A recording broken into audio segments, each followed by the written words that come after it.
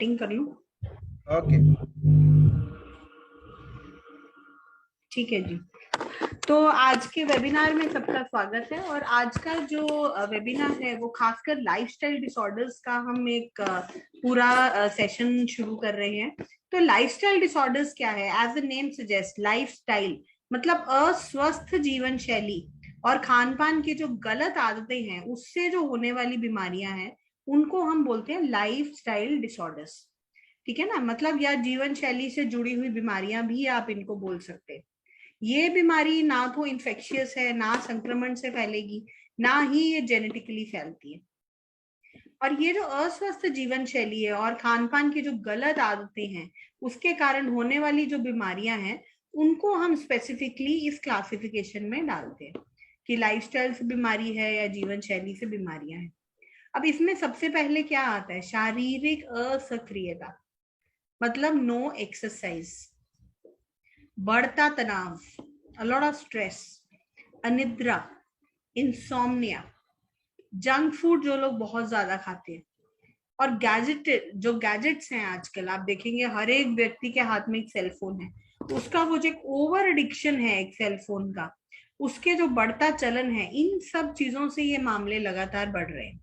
पहले ये जो बीमारियां थी ये वयस्कों को होती थी, मतलब ऐसा देखा जाता था कि अडल्ट्स को ही होती है, लेकिन अब ये तेजी से युवाओं को ही नहीं बच्चों को भी अपना शिकार बना रही है। तो इसीलिए इसके प्रति जागरूकता जो है वो बहुत ज्यादा इम्पोर्टेंट हो जाती है। ठीक है?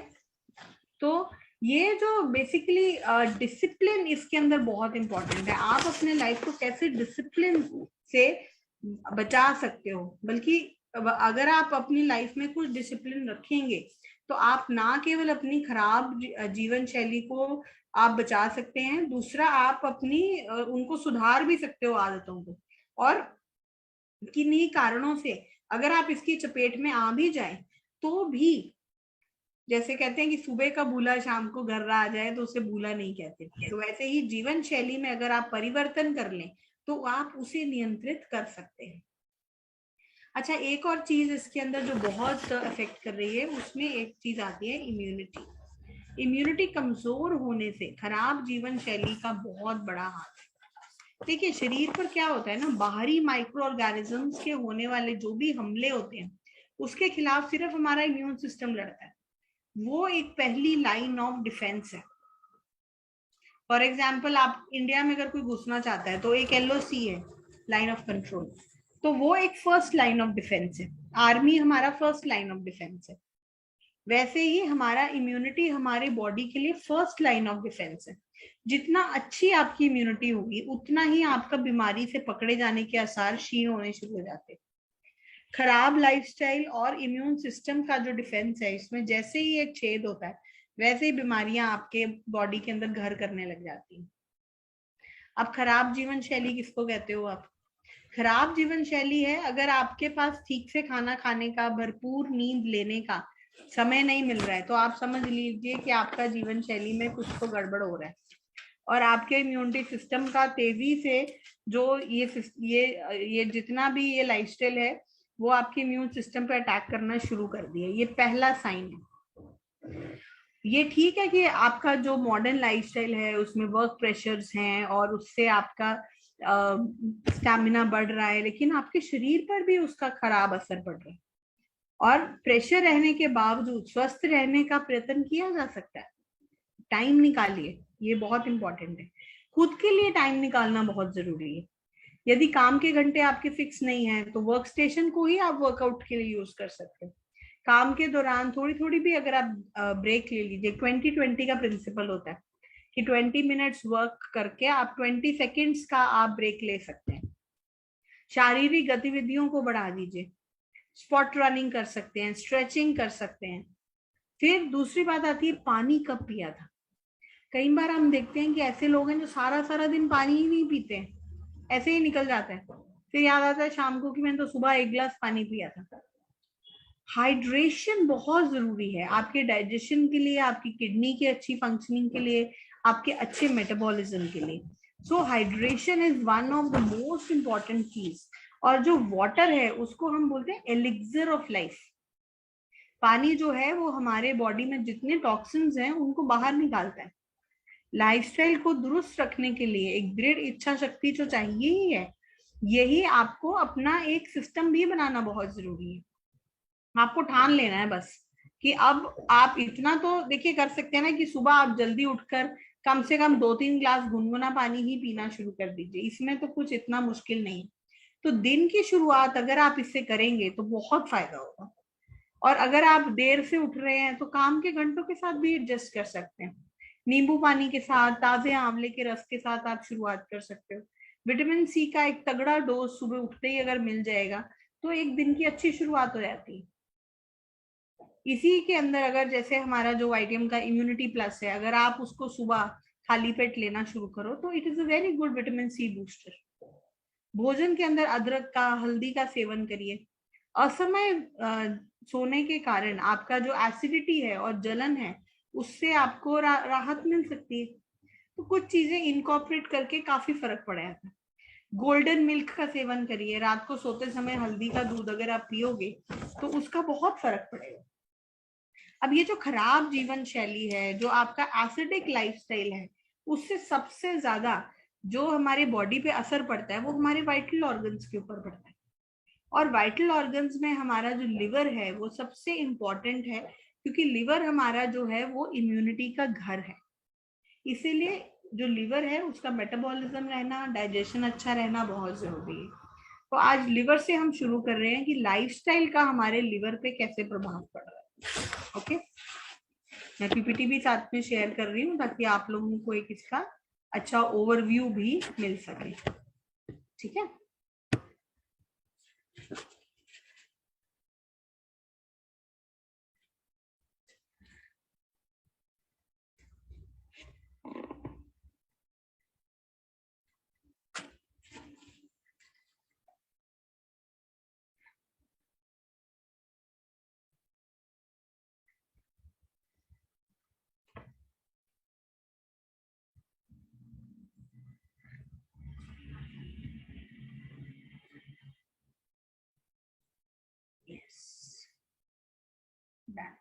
ठीक है।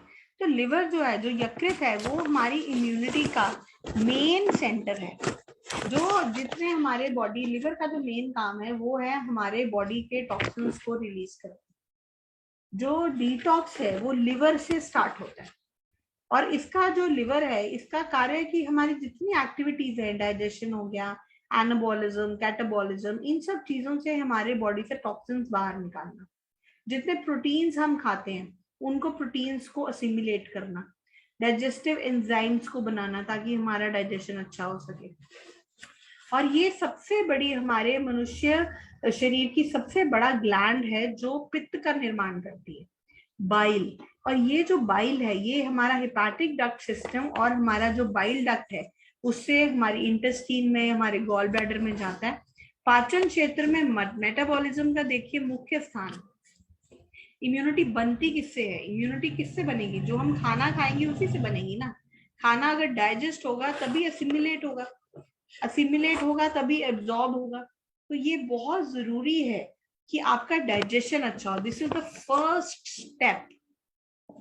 अगर आपका मेटाबॉलिज्म अच्छा है, अगर आपका डाइजेशन अच्छा है, तो ही आप इम्यूनिटी अपनी अच्छी कर सकते हैं, नहीं तो भूल जाइए। तो शुरुआत होती है लिवर से। और ये जो लिवर है ये मेटाबॉलिज्म का मुख्य स्थान है। इसके बिल्कुल नीचे एक छोटी सी थैली होती है पियर शेप्ड, उसको गॉल ब्लैडर बोलते हैं। अब लिवर से जो भी बाइल सिक्रीट होता है वो गॉल ब्लैडर में स्टोर हो जाता है। और लिवर की जो बीमारी है वो अगर आप समय पे इलाज नहीं कराएंगे तो ये बहुत ही खराब गंभीर समस्या बन जाती है। लिवर में किसी भी प्रकार की बीमारी या खराबी होने पर ये अंग कुशलता पूर्वक काम नहीं कर पाते और शरीर की कई सामान्य क्रियाएं भी जो है वो प्रभावित हो जाती है। और जेनेटिक भी हो सकता है और बहुत ज्यादा अन्य कारण भी है, ऐसा नहीं है कि सिर्फ इसी से होती है। ठीक है, अब किस तरह की लिवर डिजीज है वो भी हम देखते हैं, क्योंकि आपको एक आइडिया होना चाहिए कि किस तरह की डिजीजेस हो सकती है।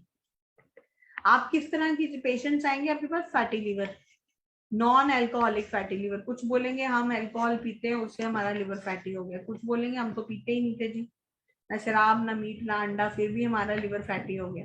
Hepatitis A B C, jaundice, cirrhosis of liver, alcoholic hepatitis, liver cancer, Gilbert syndrome, ये जो है ये मुख्यतः, पर आपको जो पता होना चाहिए वो मेन आपको स्क्रीन पे दिख रहे हैं। Hepatitis, fatty liver, non alcoholic fatty liver, cirrhosis and and stage disease of the liver. अब ये आप पहचानेंगे कैसे कि जी कुछ गड़बड़ हुआ है लिवर का? सिंपल सी बात है, जो भी लिवर का पेशेंट होगा कुछ ना कुछ उसके त्वचा में या उसकी आंखों में हल्का पीलापन आएगा। First stage. उसको पेट दर्द रह सकता है, सूजन रह सकती है, राइट अपर क्वाड्रेंट के अंदर उसको पेन हो सकता है, उसको टच करने पे पेन हो सकता है, उसी एरिया में थोड़ी स्वेलिंग हो सकती है। अच्छा, ऐसे लोगों के पैरों पे भी कई बार सूजन होती है, त्वचा में खुजली होनी शुरू हो जाती है, और उनके यूरिन का जो रंग है वो येलो होना शुरू हो जाता है, और कई बार गहरे रंग का मल आता है, मल में कई बार खून भी आना शुरू हो जाता है। फिर हमेशा ही थकावट रहती है, अनएक्सप्लेन्ड वीकनेस, मितली आना, उल्टी का मन होना, जी कच्चा होना, भूख कम लगना, वेट गिरना और आसानी से चोट लग जाना, ये जो सब चीजें हैं ये सारे साइंस हैं, सिम्टम्स हैं कि कुछ गड़बड़ हो रही है कहीं ना कहीं। आप स्लाइड पे भी देख सकते हो, ब्लीडिंग फ्रॉम द नोज, गर्मी बहुत ज्यादा हो रही है बॉडी के अंदर, ब्लड वॉमिट करता है पेशेंट, स्टमक पेन के रीजंस हैं, और स्टमक पेन बीच में भी हो सकता है, राइट अपर क्वाड्रेंट में भी स्टमक पेन के साइंस देखे गए हैं। वेट लॉस होना, पेशेंट नहीं चाहता है फिर भी वेट लॉस हो रहा है, फटीग रहना, हर टाइम थकावट ही रहती है पेशेंट को, और जॉन्डिस। जॉन्डिस में वही है, जो आपकी त्वचा है और आपका जो नेत्र है और जो आपके मल या मूत्र है उसके अंदर पीलापन आना शुरू हो जाता है। तो ये कुछ साइंस हैं जो ये बताते हैं कि हाँ कुछ ना कुछ liver disease is coming up. ठीक है, तो अगर आपको इन सब चीजों का पता होगा तो आप बहुत आसानी से पहचान जाएंगे कि हाँ इस पेशेंट को लिवर से रिलेटेड प्रॉब्लम है, डाइजेशन है, इसीलिए इसका इम्यूनिटी नहीं बन रहा है। ठीक है, अच्छा, एक इंसान के शरीर में ना कई अंग मिलाकर बनते हैं, ऐसा होता है। ठीक है ना, अब एक व्यक्ति के स्वस्थ जीवन के लिए सभी अंगों का ठीक से काम करना जरूरी है। अगर एक भी अंग खराब हो जाए तो उसका जो जीवन है वो पूरा अफेक्टेड हो जाता है। अब हमारे शरीर में कई ऐसे अंग भी हैं जिनके खराब होने पर कुछ देर के बाद व्यक्ति जीवित रह सकता है, कुछ नहीं भी जीवित रह सकता। तो इस चीज का हमें बहुत ज्यादा ध्यान से देखना है कि अगर लिवर में प्रॉब्लम है, उसके कारण डाइजेशन में प्रॉब्लम है, तो हम उसका सही समय पर निवारण करना बहुत जरूरी है। अब फिर आता है कारण क्या है, व्हाट आर द रीजंस। सबसे पहले है शराब। ज्यादा शराब पीने से ये प्रॉब्लम, लिवर डैमेज होना शुरू हो जाता है। देखिए, लिवर एक अमेजिंग ऑर्गन है, लिवर रीजनरेट भी करता है। आपको पता है, अगर लिवर आपका 10-20% खराब भी अगर हो जाए तो भी लिवर में ऐसी शक्ति है कि वो अपने सेल्स दोबारा बना लेता है।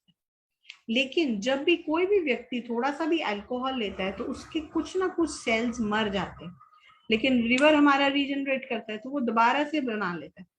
पर कब तक, उसका भी एक थ्रेशोल्ड है। इसीलिए जो लोग बहुत ज्यादा मात्रा में अल्कोहल लेते हैं उनका लिवर धीरे धीरे रीजनरेट करना बंद कर देता है, उसकी वजह से अल्कोहलिक फैटी लिवर फिर आता है। ठीक है, फिर अल्कोहलिक लिवर डिजीज हम पहले इसलिए ले रहे हैं क्योंकि इसमें हम लोग बहुत ज्यादा नहीं लेंगे, इसको हमें पता ही है कि लंबे समय से जो लोग शराब ले रहे हैं उनका लिवर पर गंभीर रूप से प्रभाव पड़ता है और सभी कार्य धीरे धीरे इफेक्टेड होने शुरू हो जाते हैं। अब बात आती है नॉन अल्कोहलिक फैटी लिवर की। नॉन अल्कोहलिक फैटी लिवर क्यों इंपॉर्टेंट है? क्योंकि ये एक लाइफस्टाइल डिजीज है, खराब लाइफस्टाइल से। क्योंकि ऐसे लोग शराब नहीं पी रहे हैं, सिर्फ खराब लाइफस्टाइल की वजह से, सेडेंटरी लाइफस्टाइल्स की वजह से इन मरीजों के जो फैट है वो लिवर में जमा होना शुरू हो जाता है। अब ऐसे में जब लिवर में सूजन आ जाती है तो हम उसको क्या बोलते हैं? Hepatitis. Any swelling in the liver is called hepatitis. ये एक वायरल इन्फेक्शन होता है बेसिकली। फिर नॉन एल्कोहलिक स्टीएटोहेपेटाइटिस भी होता है। इसमें क्या है, ये जनरली उन लोगों को होता है जिनको डायबिटीज रहती है या फिर हाई कोलेस्ट्रॉल रहते हैं, उन लोगों को ये जो बीमारी है ये देखी जाती है और मोटे लोगों में ज्यादा पाई जाती है। फिर drug induced liver disease, drug induced liver disease होती है जो किसी ना किसी दवाई के सेवन से हो रही है। तो जो लोग जैसे ये इस तरह की मेडिसिन लेते हैं जिससे मेटाबॉलिज्म अफेक्ट हो जाता है, आपका कुछ दवाइयों में कॉपर है, आयरन है, इस तरह के मिनरल्स जम जाते हैं, लिवर में ब्लड सप्लाई नहीं होती, ये ड्रग इंड्यूस्ड है। फिर कुछ डायबिटिक मेडिसिन होती हैं जो लिवर पे असर डालती है, कीमोथेरेपी की, कैंसर रिलेटेड जो मेडिसिन हैं वो लिवर के ऊपर असर डालती हैं। तो ये वाली जो कुछ है इसको ड्रग इंड्यूस्ड बोलते हैं, ठीक है। फिर आता है फैटी लिवर। जब किसी कारण से आपका लिवर फैट का मेटाबॉलिज्म कर नहीं पाता और अतिरिक्त मात्रा में फैट की लेयर्स जमनी शुरू हो जाती है, उसको हम फैटी लिवर डिजीज बोलते हैं, ठीक है ना। तो कारण वही सेम है कि लंबे समय से शराब का सेवन हो रहा है, नहीं हो रहा है तो आहार का गड़बड़ हो रहा है। डायबिटीज एक रीजन है, आहार में नमक कई बार बहुत ज्यादा लेते हैं कुछ लोग, उन लोगों में भी ये प्रॉब्लम पाई जाती है जो लोग बहुत ज्यादा नमक लेते हैं।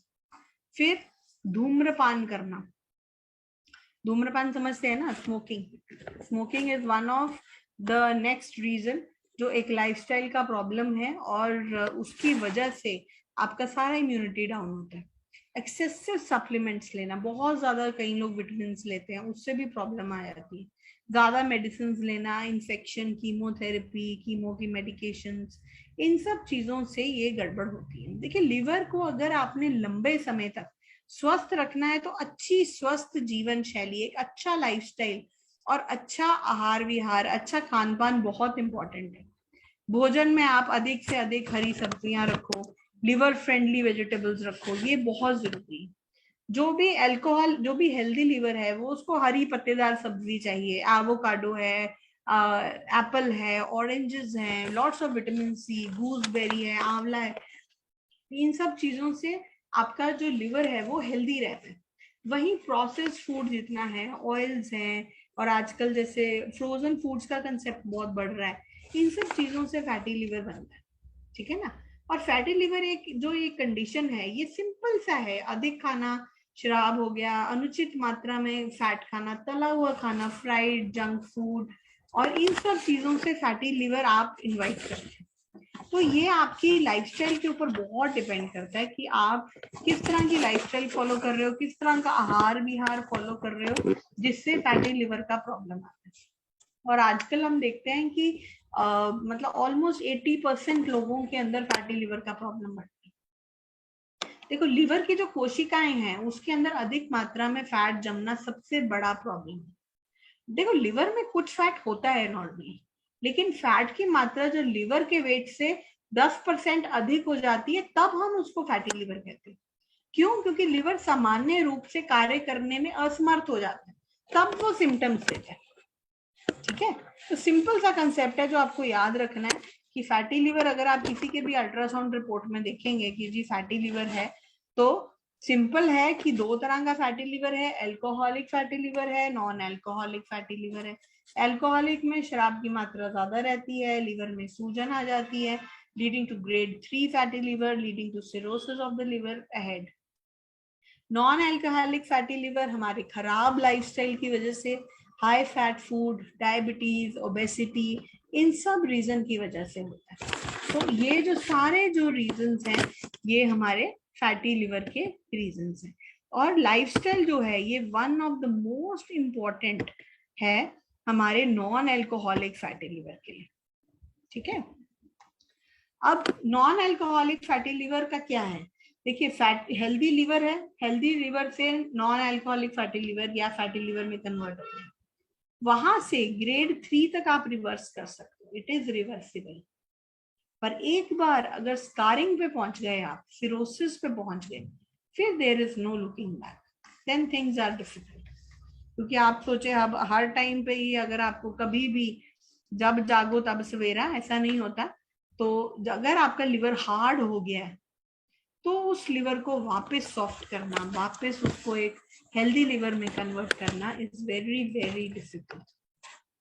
NaFL के सिंपल है, नॉन एल्कोहलिक फैटी लिवर के 4 चरण आते हैं इसमें। नॉर्मल फैटी लिवर एंड स्टेटासिस, मतलब कि लिवर में फैट जमा होना शुरू हो जाता है लेकिन स्वेलिंग नहीं होती, इसमें लक्षण नहीं होते, उचित आहार विहार करेंगे आप ठीक हो जाएगा, मतलब grade 1 fatty liver kind of situation. तो ये आपका फर्स्ट चरण है, फर्स्ट स्टेज है। कौन सी फर्स्ट स्टेज है? कि सिर्फ आपके लिवर में फैट डिपॉजिट हो रहा है, there is no swelling on the liver, that is the first stage. फिर सेकंड स्टेज में क्या है? फैट बहुत ज्यादा होने से लिवर में सूजन आ रही है। सूजन आने से क्या है, जो लिवर है उसका मैंने बताया ना आपको अमेजिंग क्वालिटी क्या है, रीजनरेशन। वो डैमेज टिश्यूज जितने हैं उनको रिपेयर करने की कोशिश करता है। लेकिन क्या होता है, वही जो टिश्यूज हैं उनसे घाव होने शुरू हो जाते हैं। ये जो अवस्था है उसमें घाव होने वाले जो टिश्यूज हैं वही विकसित होने शुरू हो जाते हैं। इससे आगे आगे फाइब्रोसिस होना शुरू हो जाता है। तो ये सेकेंड स्टेज। सेकेंड स्टेज में लिवर रीजनरेशन जो है वो अफेक्ट होनी शुरू हो गई है, आप देख रहे हो। फर्स्ट स्टेज तक हम बहुत आराम से रीजनरेट कर पा रहे थे, ठीक है। फिर उसके बाद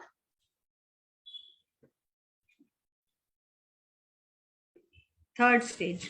थर्ड स्टेज आती है जिसमें लिवर सामान्य रूप से कार्य करना बंद कर दे, that is cirrhosis of the liver आ गया, ठीक है।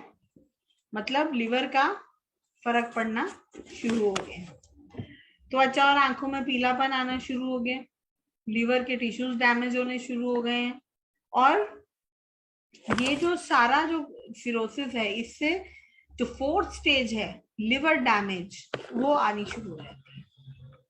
अब ये कैसे पता चलेगा कि अब फैटी लिवर के क्या सिम्टम है? सिंपल, वजन में गिरावट आ रही है किसी ना किसी रीजन से, पेट के दाएं भाग के ऊपरी हिस्से में पेन हो रहा है, स्वेलिंग, कमजोरी, एसिडिटी बहुत रहनी शुरू हो जाती है पेशेंट को। तो वो भी एक रीजन है कि पेशेंट को एसिडिटी लग रही है बहुत।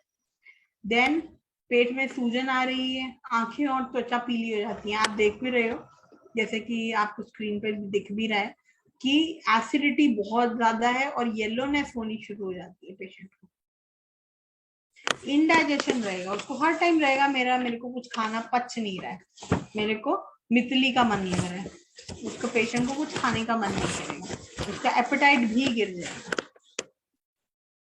फिर ये जो लिवर फाइब्रोसिस का जो स्टेज है वो बेसिकली फैटी लिवर का नेक्स्ट स्टेज है।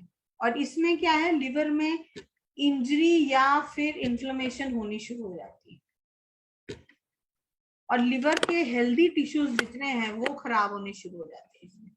लिवर ठीक से काम नहीं कर पाता और ये लिवर डैमेज की फर्स्ट स्टेज है।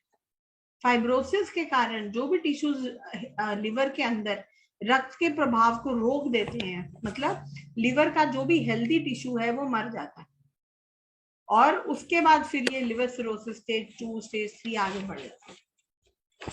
ऐसे ही सिंपल आपने जॉन्डिस के बारे में भी सुना होगा कि जॉन्डिस हो रहा है ना। तो जॉन्डिस मतलब पीलिया। ब्लड स्ट्रीम में बिलीरुबिन नाम का एक रंग होता है जिसके आधिक्य से त्वचा और नेत्रों में पीला रंग आ जाता है। इस दशा को कामला भी बोलते हैं या पीलिया भी कहते हैं। अब जॉन्डिस जो है वो लिवर और डाइजेशन को खराब करता है। लक्षण वही सेम है, त्वचा या नेत्रों का सफेद भाग पीला होना, जलन होना, पीला मल आना, गाढ़ा मूत्र आना, ठीक है ना। तो ये इस तरह के सिम्टम्स आते हैं। और बिलीरुबिन की कम मात्रा से पेट दर्द, वॉमिटिंग, थकान, वजन घटना, बुखार, पीला मल, गाढ़े रंग का मूत्र आना, ये इस सब तरह की चीजें प्रॉब्लम करती हैं।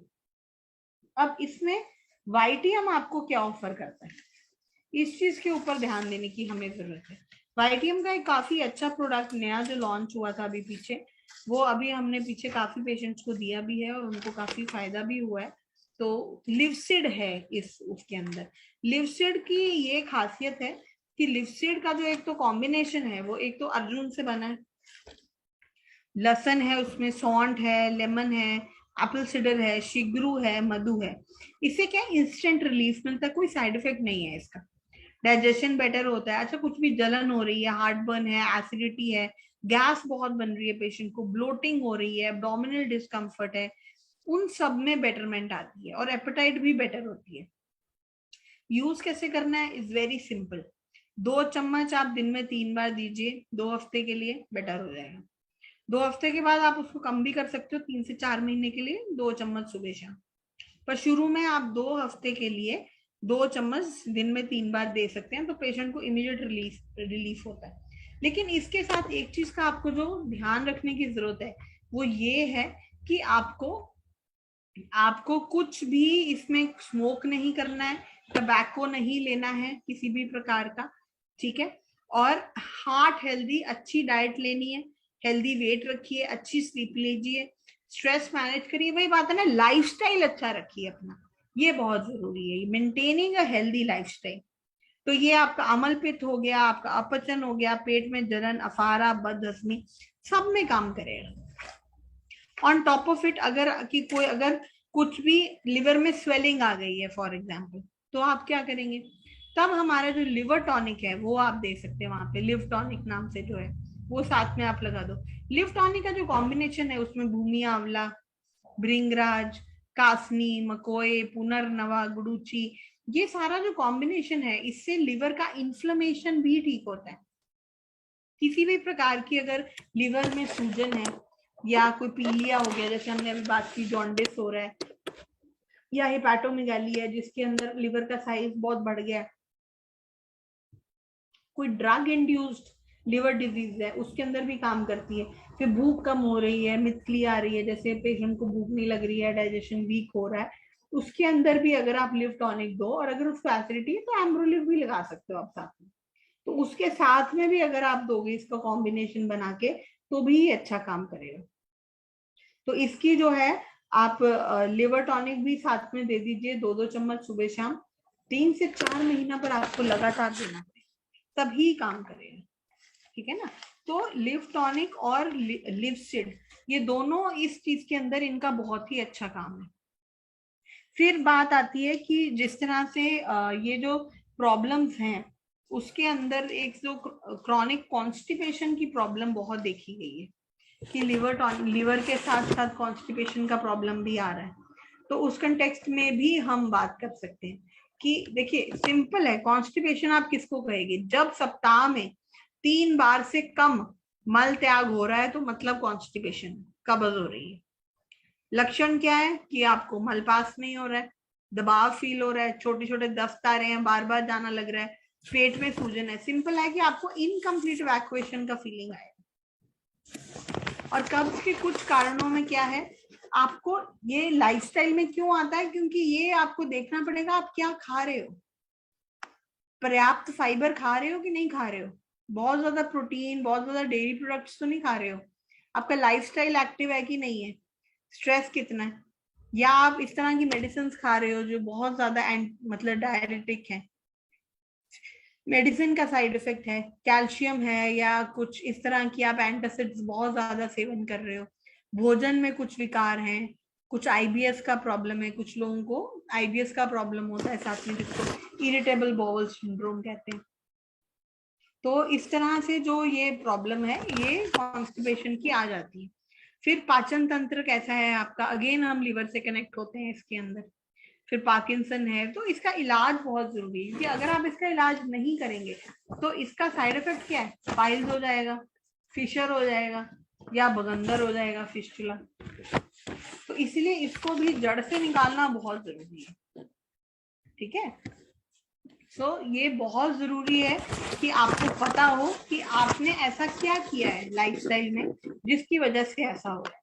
स्ट्रेस है, पानी नहीं पी रहे हो आप, या फिर अनहेल्दी डाइट ले रहे हो, इनएक्टिव लाइफस्टाइल है, मेडिकेशन आपकी ऐसी है, या आपका कुछ मेजर शेड्यूल चेंजेस है। तो कब्ज में जब भी मल सख्त हो जाता है, बहुत ज्यादा हार्ड हो जाता है, तो आप मल त्याग में ज्यादा जोर लगाना पड़ता है। और कब्ज से पीड़ित लोग जो भी हैं वो रोज मल त्याग के लिए नहीं जाते, जिससे परेशानी बढ़ जाती है और मल त्याग में बहुत मुश्किल आती है। तो ऐसे लोगों को आप देखो भी ना, उनकी जीभ सफेद होती है, मटमैली हो जाती है, मुंह का स्वाद खराब हो जाता है, कुछ भी टेस्ट नहीं आता, और इवन कुछ लोगों को पायरिया की भी समस्या हो जाती है।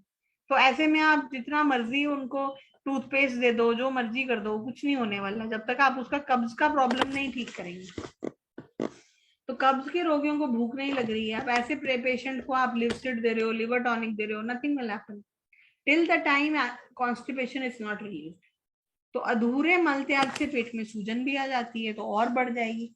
तो इसीलिए कमबख्त कब्ज इस कैटेगरी में आता है। तो कम्बख्त कब्ज का 1 चम्मच आप गर्म पानी के साथ दीजिए तो उसका बहुत फायदा होता है। तो ये जो चीजें हैं ये बहुत इंपॉर्टेंट हैं, क्योंकि ये सब चीजें जो हैं ये आपके लाइफस्टाइल से जुड़ी हुई हैं बेसिकली। जितना आप अपना लाइफस्टाइल अच्छा रखेंगे, लाइफस्टाइल अपना एक्टिव रखोगे आप, उतना ही बेटरमेंट आता जाएगा।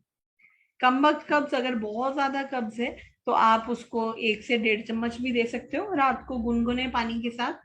और थोड़ा फाइबर इंक्रीज कराइए पेशेंट का। उसको बोलिए कि आप थोड़ा सा सब्जियां ज्यादा खाइए, थोड़ा सा फल ज्यादा खाइए, गर्म पानी ज्यादा लीजिए। सुबह एक हैबिट बनाइए कि सुबह उठ के गर्म पानी पीना ही पीना है, और साथ में फाइबर इंटेक ज्यादा रखना है। रात के टाइम पे उसको डिनर में प्रोटीन थोड़ा सा कम करके थोड़ा फाइबर रिच फूड दीजिए। और जैसे कुछ लोग हैं उनको पनीर खाने की बहुत आदत होती है, रात को बहुत हैवी खाते हैं 10-10 बजे, तो भी पेट साफ नहीं होता। तो बहुत जरूरी है ऐसे लोगों को आपको बोलना कि आप 7:30 7 o'clock तक अपना डिनर फिनिश कर लीजिए। और पानी एकदम खाने के बाद नहीं पीना चाहिए, क्योंकि वो आपके डाइजेशन को कमजोर करता है। तो बहुत जरूरी है कि पानी कम से कम, आप खाना खाने के कम से कम 40 मिनट के बाद पानी, उसके बीच में अगर बहुत ही जरूरी है सिर्फ, तो आप थोड़ा सा गुनगुना पानी के सिप्स ले सकते हो आप बस।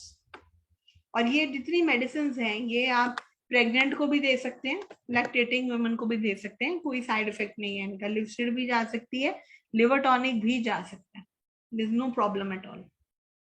तो बहुत जरूरी है, ये हमारा लाइफस्टाइल डिजीजेस पे हमारा फर्स्ट चैप्टर था, और नेक्स्ट वीक हम सेकंड चैप्टर उठाएंगे। ठीक है, that is all for now.